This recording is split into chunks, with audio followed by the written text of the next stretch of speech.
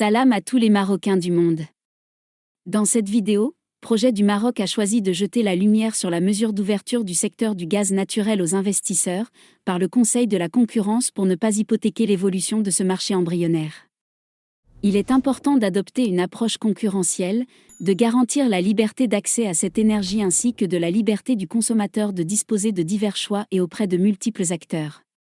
Ce projet de loi revêt une grande importance, au vu de la particularité de cette énergie propre et bon marché. Je vous rappelle dans ce sens, que dans peu de temps, les énergies carbonées émettrices de CO2 ne seront plus financées, alors que les énergies renouvelables seront les accompagnateurs de la politique énergétique mondiale.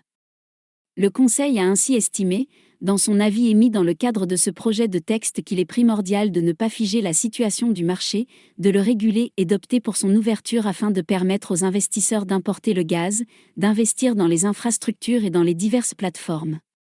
La finalité de cette ouverture et flexibilité est de disposer du gaz naturel comme une source d'énergie, bon marché, au coût le plus faible, et ainsi ouvrir le champ à un maximum d'investisseurs dans le marché.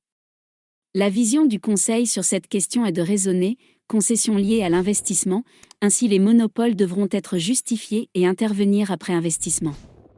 En effet, il est préférable de remplacer le monopole par un système de concession. Un investisseur peut négocier une concession, pour un temps déterminé, afin de ne pas faire face à une concurrence injustifiée, en contrepartie d'un investissement infrastructurel. L'investisseur peut jouir d'avantages pour protéger son investissement, pendant une période donnée, mais pas pour l'infini et pas sur tout le territoire national. Je vous signale que l'ouverture du secteur passe par les concessions et les avantages octroyés, résultat d'un programme d'investissement et pas a priori. Sans création de monopole et optant pour un système de concession, il est primordial de garantir que l'énergie du gaz naturel puisse arriver de la façon la plus concurrentielle possible, assurer un bon prix et une bonne disponibilité au consommateur final, à savoir les industriels et les producteurs d'énergie. Un monopole large octroyé sur tout le territoire national risque de figer le marché, si l'opérateur bénéficiaire est incapable de mettre en place un investissement. Il est à noter qu'il est possible de privilégier un investisseur dans une certaine période pour amortir son investissement.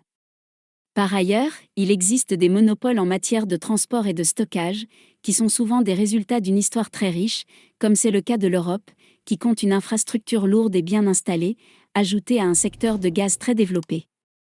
Le Conseil estime que la meilleure façon de gérer ce type d'infrastructure, à l'instar des autoroutes et de la voie ferrée, est de permettre à un opérateur, de façon unique, à assurer une meilleure gestion, avec des contraintes de prix. Au sujet de la séparation des casquettes, les notions et fonctions d'infrastructure et de son usage devront être définies et séparées, à l'instar du secteur de l'électricité qui définit et sépare le transport de sa production et de sa consommation.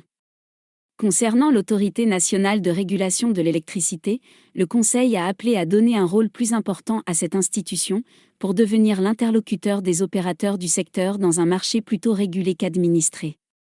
Bien sûr, le gouvernement garde toutes ses prérogatives tout en laissant libre cours aux opérateurs dans un marché régulé. Le Maroc est en phase de devenir un producteur local de gaz, ainsi beaucoup d'industries sont désormais demandeurs de cette énergie, qui comparée à d'autres énergies, est une source bon marché, d'où la nécessité d'ouvrir le marché aux investisseurs et d'offrir un cadre plus incitatif et approprié. Le Conseil est défavorable à copier les traits des modèles du marché du gaz naturel existant dans d'autres pays, fruit d'une histoire particulière, et les calquer sur celui du Maroc, qui en est à ses débuts. Pour conclure, je peux dire qu'actuellement, le marché du gaz au Maroc est à ses débuts, il est recommandé de ne pas adopter un type précis de technologie, pipeline ou autre, mais plutôt de laisser libre cours aux opérateurs, au marché et aux initiatives de le guider vers un choix définitif.